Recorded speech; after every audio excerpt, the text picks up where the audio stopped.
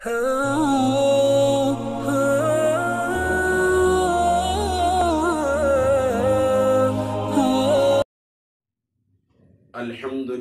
لأہلی والصلاة والسلام لأہلی اما بعد بسم اللہ الرحمن الرحیم وعن ابی ہریرہ رضی اللہ تعالی عنہ قال قال رسول اللہ صلی اللہ علیہ وسلم حق المسلم علی المسلم خمس رد السلام وعیادة المریض واتباع الجنائز وإجابة الدعوة وتشمیت العاطس۔ اس حدیث مبارکہ کے اندر پیارے حبیب صلی اللہ علیہ وسلم کا فرمان ہے کہ ایک مسلمان کے دوسرے مسلمان پر 5 حقوق ہیں۔ ویسے ایک مسلمان کے دوسرے مسلمان پر بے شمار حقوق ہیں، لیکن جس حدیث کا میں نے سہارا لیا اس حدیث کے اندر ایک مسلمان کے دوسرے مسلمان پر 5 حقوق کا ذکر میرے نبی نے فرمایا ہے۔ نمبر 1 رد السلام، سلام کا جواب دینا، وعیادت المریض، مریض کی عیادت کرنا، واتباع الجنائز، اور جب وہ اللہ کو پیارا ہو جائے اس کے جنازے میں شریک ہونا، اور نمبر 4 اور جب وہ دعوت دے اس کی دعوت کو قبول کرنا، وإجابة الدعوة، جب وہ دعوت دے اس کی دعوت کو قبول کرنا، وتشمیت العاطس، جب اس کو چھینک آئے اور چھینک آنے پہ وہ الحمدللہ کہہ دے تو اس کے جواب میں یرحمک اللہ کہنا۔ جیسے کہ پچھلی ویڈیو کے اندر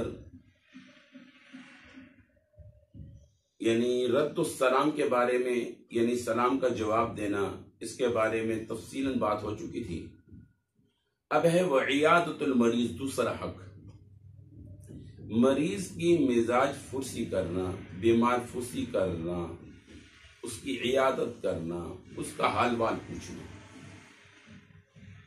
اللہ معاف فرمائے، آج کل ہم نے دنیا کے اندر ہر چیز کو ایک لین دین کے ساتھ رکھا ہے، یعنی جو میرے ساتھ اچھائی کرے گا میں اس کے ساتھ اچھائی کروں گا، جو مجھے قرضہ دے گا میں اس کو قرضہ دوں گا، جو مجھے اچھا کہے گا میں اس کو اچھا کہوں گا، جو مجھے برا کہے گا میں اس کو برا کہوں گا۔ ایک ہے معاشرہ، ایک ہے میری قوم، میرا خاندان، میرا قبیلہ، میرا معاشرہ، میری سوچ، میری ذہانت، میرا وجدان، میرا تخیل۔ نمبر 2 شریعت ہے، ہم نے کوشش یہ کرنی ہے شریعت کو فالو کرنا ہے،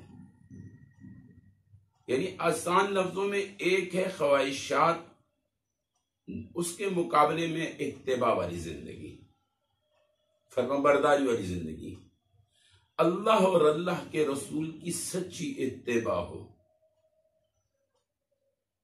بات کر رہا تھا وعیادت المریض، مریض کی مزاج فرسی کرنا، اس پہ اللہ تعالیٰ نے بہت بڑا اجر رکھا ہے، بہت بڑا اجر رکھا ہے۔ فرمایا کہ جب ایک مسلمان بھائی دوسرے مسلمان بیمار مسلمان بھائی کے پاس جاتا ہے، پیارے حبیب صلی اللہ علیہ وسلم کا فرمان ہے، ترمذی شریف کی روایت ہے، فرمایا 70,000 فرشتے اس کے لیے بخشش کی دعا کرتے ہیں۔ اگر وہ صبح جاتا ہے شام تک، شام کو جاتا ہے صبح تک، 70,000 فرشتے اس کے لیے بخشش کی دعا کرتے ہیں۔ اور ایک روایت حضرت ثوبان رضی اللہ تعالی عنہ سے ہے، مسلم شریف کی روایت ہے 669 ایک کم 70۔ حضرت ثوبان رضی اللہ تعالی عنہ فرماتے ہیں کہ جب کوئی شخص بیمار آدمی کی طرف جاتا ہے، گھر سے نکل جاتا ہے، واپس گھر تک آنے تک، گھر سے نکلا بیمار آدمی کی طرف، واپسی گھر آنے تک وہ ایسے ہے جیسے کہ وہ جنت کے میوے کھا رہا ہے، کتنا بڑا اجر لکھا ہے، کتنا بڑا اجر لکھا ہے. ہم کتنے بڑے بڑے اجر سے محروم ہوتے جا رہے ہیں. اور ایک حدیث ہے، آپ صلی اللہ علیہ وسلم کا فرمان ہے کہ جب انسان بیمار آدمی، جو شخص بیمار ہے اس کی طرف جاتا ہے، 70,000 فرشتے اس کے ساتھ ساتھ ہوتے ہیں، اس کے ساتھ ساتھ ہوتے ہیں اور دعا کرتے ہیں، یا اللہ اس بندے پر رحم فرما، یا اللہ اس کی دعا کو، اس کی توبہ کو قبول فرما. بہت بڑی بات ہے، یا اللہ اس پر رحم فرما، اس کی توبہ قبول فرما. کتنی بڑی سعادت کی بات ہے. اور ایک حدیث ہے حضرت انس رضی اللہ تعالی عنہ سے، فرماتے ہیں کہ جب انسان کسی مریض کی طرف جاتا ہے، یعنی کوئی آدمی بیمار ہے اس کے پاس جاتا ہے عیادت کے لیے، فرمایا کہ 70 سال کی مسافت کے حساب سے وہ جہنم سے دور ہو جاتا ہے بیمار پھوسی کرنے کی وجہ سے. یعنی حضرت انس رضی اللہ تعالیٰ عنہ سے روایت ہے، یہ سنن ابو داؤد کے اندر یہ روایت موجود ہے. فرماتے ہیں کہ پیارے حبیب صلی اللہ علیہ وسلم کا فرمان ہے کہ جو آدمی بیمار آدمی کے پاس جاتا ہے بیمار پھوسی کرنے کے لیے، تو اس جانے کی برکت کی وجہ سے، اس کا حال وال پوچھنے کی برکت کی وجہ سے اللہ رب العزت اس کو 70 سال جہنم سے دور فرما دیتے ہیں. کتنی بڑی سعادت ہے. اور ہمارے ہاں ایک اور عجیب سا مزاج ہے، ہم بیمار آدمی کے پاس جاتے ہیں اس کو اور پریشان کر دیتے ہیں، اور پریشان کر دیتے. ہم نے اس کو پریشان نہیں کرنا، ہم نے اس کو حوصلہ دینا ہے. اور ایک روایات ہمارے ہاں بڑی مشہور ہے، جاتے سال کیا حال ہے جی، ٹھیک ہو جی؟ ٹھیک ہے. اچھا کدھر علاج کر رہے ہو جی؟ او جی میں فلاں. او ڈاکٹر ٹھیک نہیں ہے. او ڈاکٹر ٹھیک. اللہ کے ولیو تھوڑا سوچو. آپ جس ڈاکٹر کا کہنے لگے ہو، آیا وہ اس ڈاکٹر کی فیس اور اس ڈاکٹر تک پہنچنے کے اخراجات پورے کر سکتا ہے؟ شفا تو میرے رب کے ہاتھ پہ ہے. وَإِذَا مَرِضْتُ فَهُوَ يَشْفِينِ. شفا تو میرے اللہ نے دینی ہے، چاہے وہ سادے گلاس پانی میں دے دے، چاہے وہ 2 روپے والی گولی میں دے دے، فیصلہ تو اس نے کرنا ہے. اور ایک اور چیز ہمارے ہاں ہے، جو انسان بیمار ہو جاتا ہے، میری بدوا لگ گئی نا،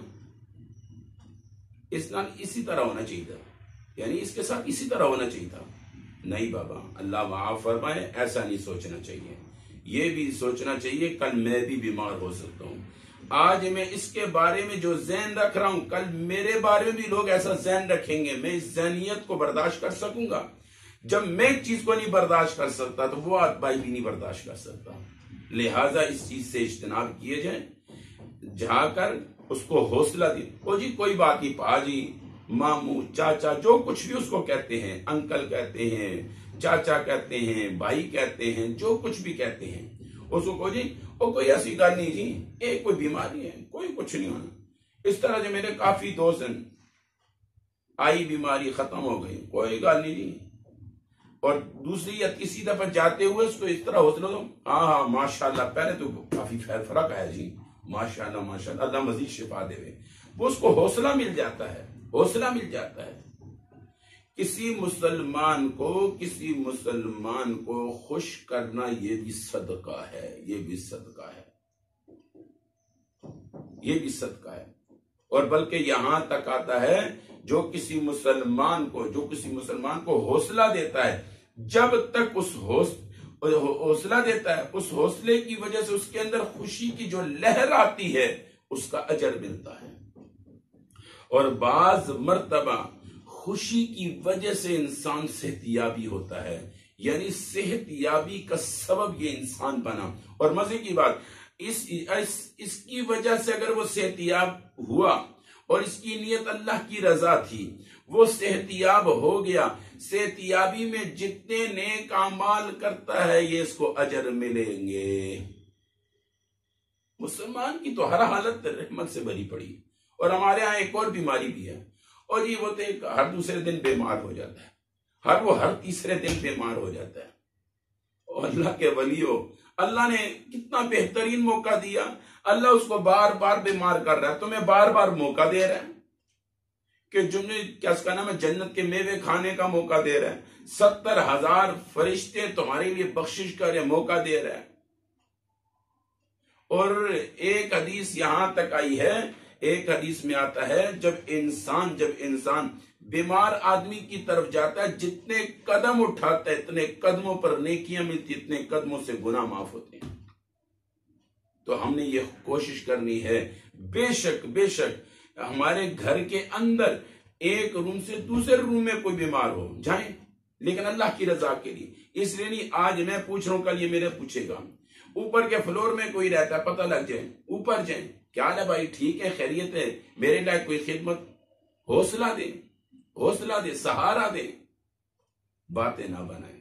اور اللہ تعالی ہمیں ہر وہ کام کرنے کی توفیق نصیب فرمائے جس میں اللہ اور اللہ کے رسول کی رضا شامل ہو، اور اللہ ہر اس کام سے بچائے جس میں ہماری خواہشات شامل ہو۔ اللہ تعالی ہمیں قرآن حدیث کو صحیح معنوں میں سمجھنا، اس میں عمل کی توفیق نصیب فرمائے۔ وآخر دعوانا الحمدللہ۔